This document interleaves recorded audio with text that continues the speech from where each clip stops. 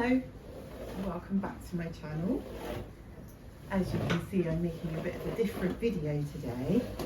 I'm Anna Arabella and this is a belly dance channel, and I've just completed my 30 days of belly dance.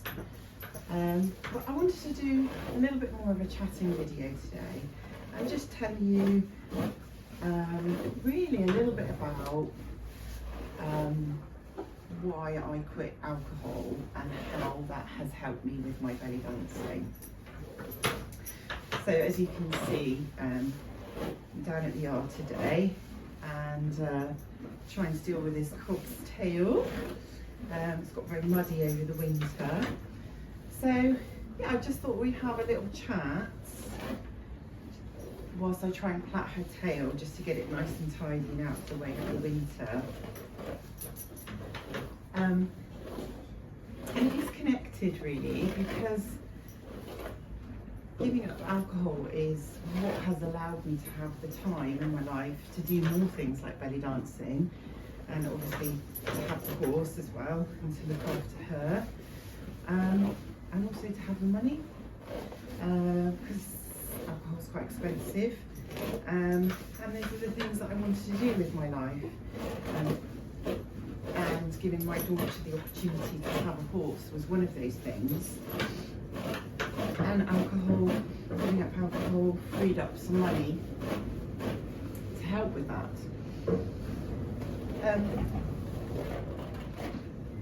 I didn't really think I had a problem with alcohol. I was just a normal drinker, just a mum really, you know. Quite often people joke about, you know, mummy o'clock, 6 o'clock, wine o'clock. I didn't really drink like that every day, but I did on maybe sort of Thursday, Friday, Saturday night. I was drinking quite a bit of wine, probably only half a bottle, so not a huge amount. You know, half a bottle in the evening, so it didn't feel like a huge amount, so I didn't really think I had a problem with drink.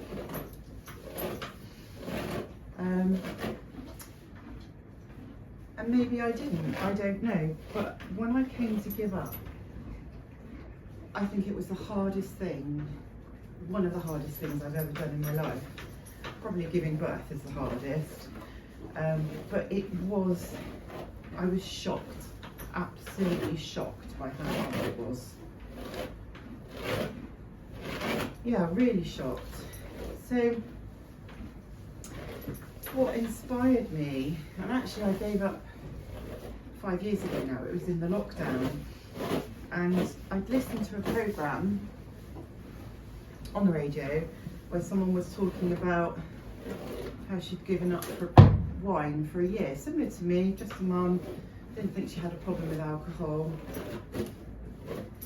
and she gave up for a year, and my reaction to that was, there is no way I could give up wine for a year. And I thought, that tells me that maybe I should try. Maybe I do have a problem if I think I couldn't give it up for a year. So that was really my objective, was to see if I could give it up for a year. That's what I set out to do. I didn't set out to go completely sober and never ever have another drink in my life ever.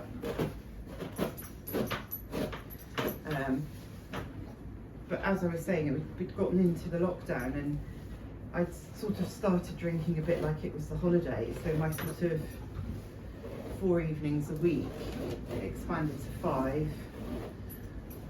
you know, then 6, and then I realised that I'd had, you know, a couple of weeks into the lockdown, I'd had a glass of wine every evening, so I didn't have to get up in the morning and drive to work. And I just thought, okay, let's do this, let's see if I can do this. This isn't good for me. And I've got to say, I was shocked by how hard that first day was. It's really hard to describe, because I was having days where I wasn't drinking, and I didn't really notice it, didn't really bother me that much. So I wasn't expecting it to be so hard. But I think what was different was that there wasn't going to be any more wine in a couple of days' time. Before, it was always a couple of days to the weekend, and then there'll be some more wine to drink. So the thought, that first day, when I gave up that first day, the thought that there was no more wine ever. I know I'd said in my mind a year, but it's effectively in my head that was like no more wine ever. I was just hit by what I can only really describe as grief.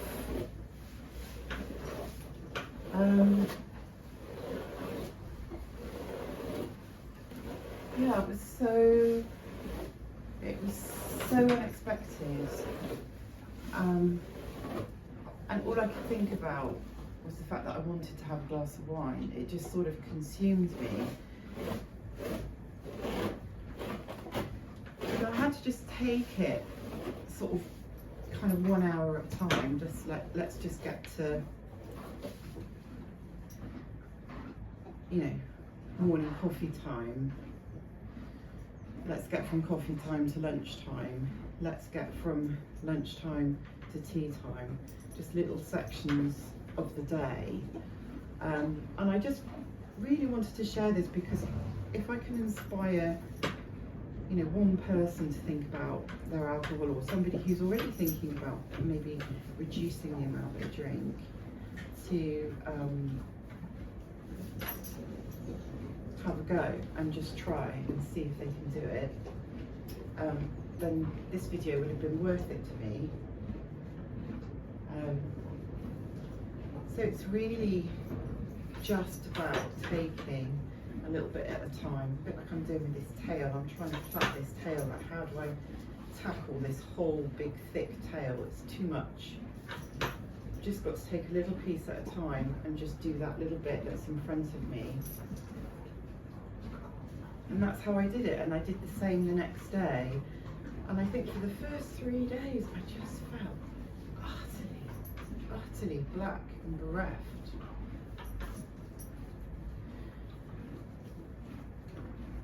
And it just took me by surprise, and I don't actually know how I got through those first few days, but I did. I just kept going. I was determined to prove it to myself. I was determined to prove it to my daughter. Here we can have this lovely creature here. And that was my motivation, and that was really important to me, to have something to aim for.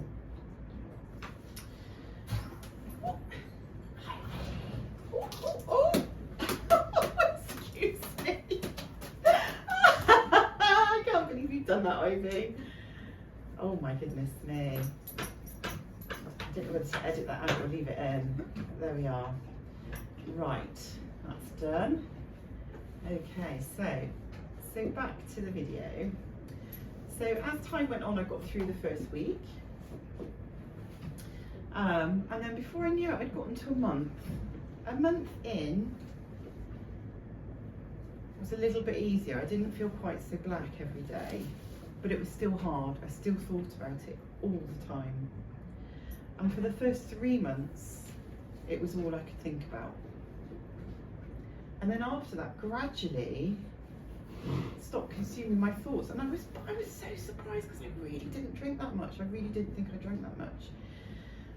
But I started to feel so much better. I started to sleep better. All right, Ivy, we done now?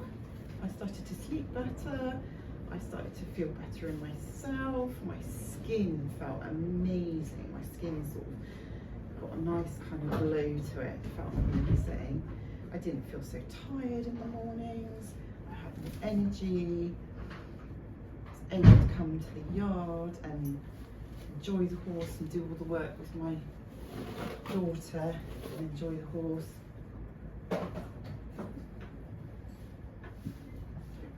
And yeah, and here I am. Before I knew it, a few months became 6 months. And then I got to a year, and I'd really forgotten all about it. It took to get to a year to forget about it. And then when I got to a year, I just thought, I might as well carry on now. And now I don't even think about it. I can't believe that I ever did drink. It's a really strange thing. But I never thought I'd be here. I'd never thought I'd be someone who didn't drink. It was always such a big part of my life.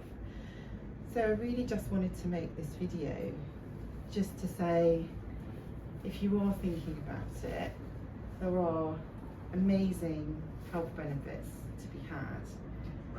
And with my dancing,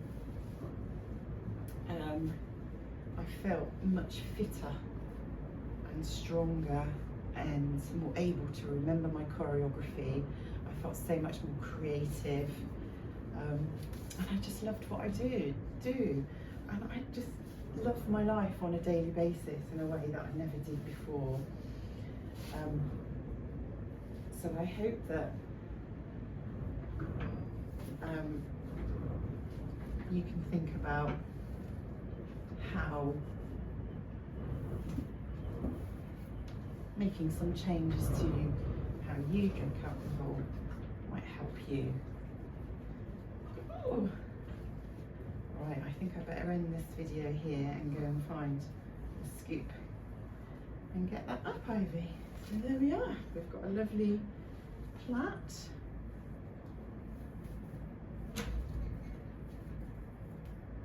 Ooh.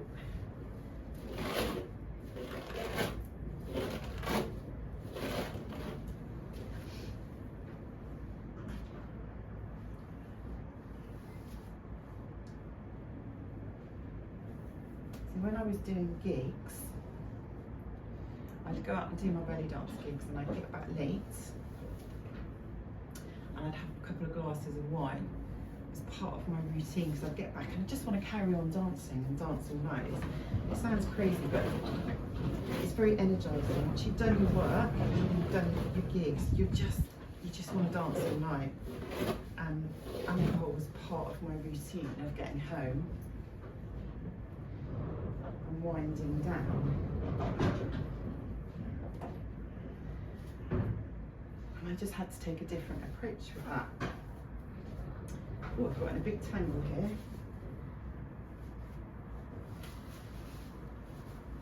And I'd find, oh, right, let's get that piece of hair there. Let's got that bit. Right, so I just need to brush this bit through. Yeah, so I just listen to podcasts now. I absolutely love podcasts.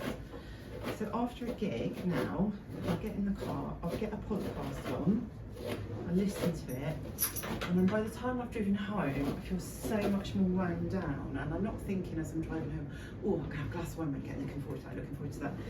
I'm driving home thinking, oh, looking forward to getting into bed. That was a good gig. I'm closing my energy down. But like I say, it was just such a part of my routine, of my performing routine. But you can make these changes, and you have to experiment, and you have to see what kind of works for you. But I just love listening to podcasts. Let's get this.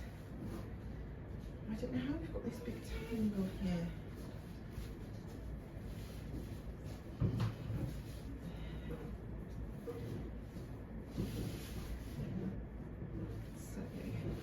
Need to get that knot out. So it's about planning ahead, I think. You have to plan. You have to know where your vulnerabilities are and where your hotspots are. And you have to plan, there we go, how you're going to manage those.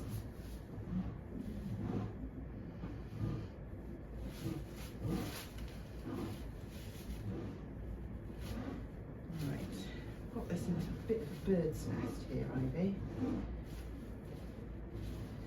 Right, let's put a band on this.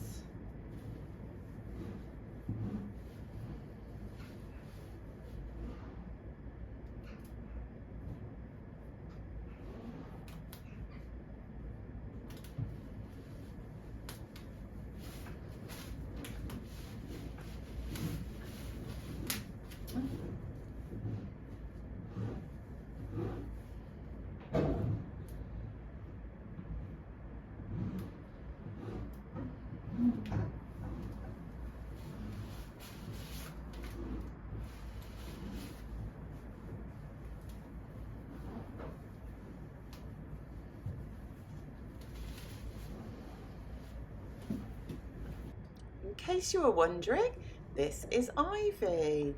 I'm going to take you round now and show you the completed plait. That's going to keep us all nice and neat and tidy for a little while. Oh, there's the whoopsie from earlier on, but at least it hasn't splattered down the tail. We're nice and clean. Here's me and Ivy. And now I'm going to show you behind the scenes for this video. It started super early this morning in the dark before the sun was up. You can see we have a really muddy, bird's nesty, strawy tail here with a good bit of poo mixed in there as well. So this took lots of work to get clean, lots of soaping it up and rinsing it off. There you can see all the dirty water going down the drain. And here we are now starting to brush the tail through and letting it air dry out in the nice clean arena, trying to keep it clean, ready to plait.